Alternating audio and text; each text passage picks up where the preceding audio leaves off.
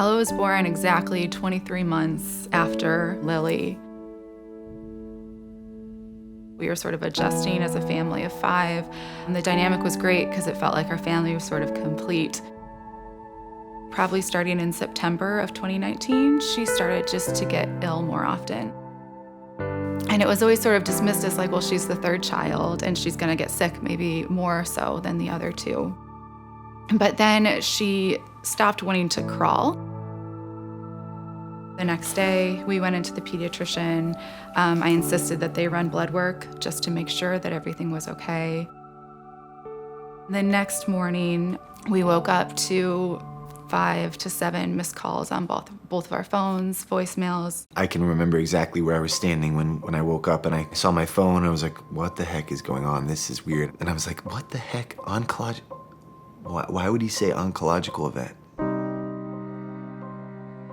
Even when they said leukemia, the doctors were saying, okay, we're gonna come up with a game plan. And then it was, a day or 2 later when, they came in with the news, and I can still remember when they said it. They told us that, unfortunately, she had acute myeloid leukemia, incredibly difficult to treat, very poor prognosis, and I'm not optimistic.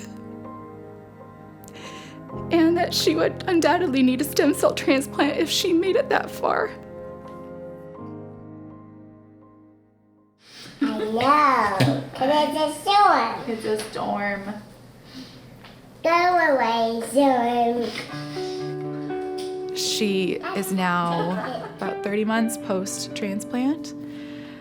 Even after the 3 rounds of chemotherapy, even after the stem cell transplant, she still is likely, 92% likely, to relapse after all of this. And if she were to relapse, there's nothing else they could do.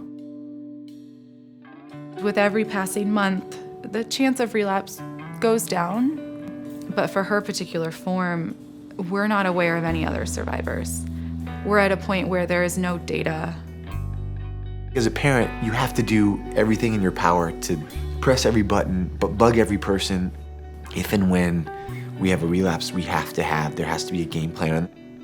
Her primary oncologist, Dr. Rossoff, knew to reach out to Dr. Mishinji. She knew specifically that he was aware of this mutation and what it meant. So I emailed Dr. Mishinji directly just to ask, what else can we do? This type of infant leukemia is incredibly aggressive, probably the most aggressive leukemia I've ever seen. When we look at the genetics of CBF-GLIS, it is so different than other AML that it's almost its own category. He told us more about this form of leukemia, and he also told us about the Novotny family and Project Stella. I'm Nurse Stella. Oh, you're Nurse Stella. All right, Nurse Stella, can you show me the way out of here? Yeah. Stella was definitely a performer.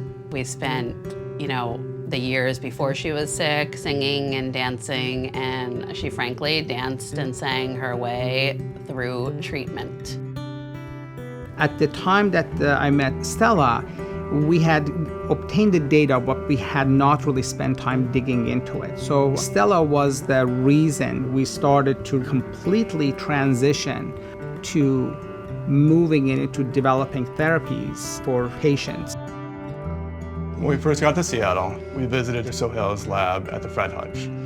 And he opened up the huge tank and pulled out inside was basically all cells of all the previous patients which had passed away. I knew at that point our hopes were not looking good.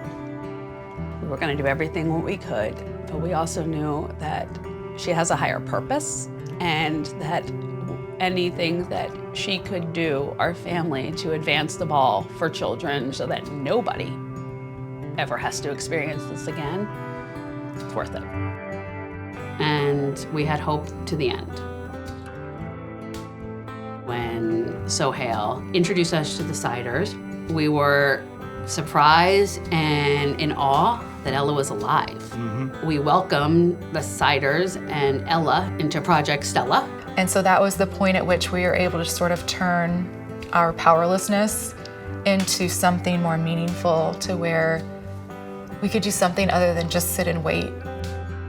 Pediatric AML in general, it's a challenging place to get grant funding because it's how rare it is. We've had no support from drug companies, but because of the support from foundations and families, we've been able to really bring this from target discovery to a treatment that's in the verge of going into clinical trial in record time. We have everything in place. We've done all the preclinical work. We've shown that it's highly effective. This is as close to a holy grail of cancer therapy as I think that we've come.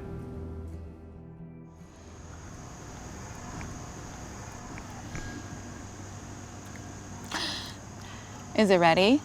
Yeah. Ready. I think we only just started to think about the future and sort of envision Ella in it. And even as I say this, we have a biopsy scheduled on Monday where all of those plans for the future could change. Ella's the only one who's gotten to this point.